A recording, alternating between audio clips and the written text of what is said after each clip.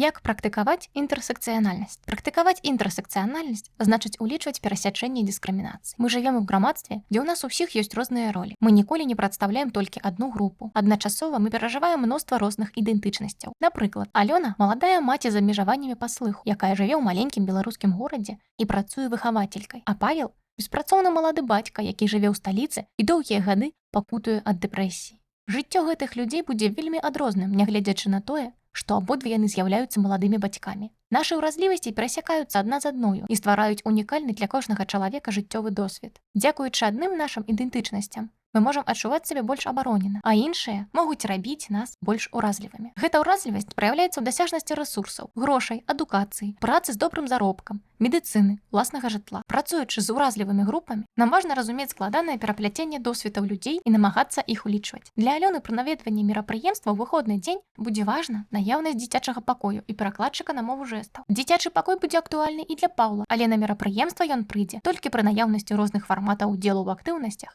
якія не патрабуюць вялікіх унутраных рэсурсаў. Інтэрсекцыянальнасць робіць нашу працу больш адчувальнай да разнастайнасці досведу. Практыкуючы інтэрсекцыянальнасць, мы робім свет больш інклюзіўным.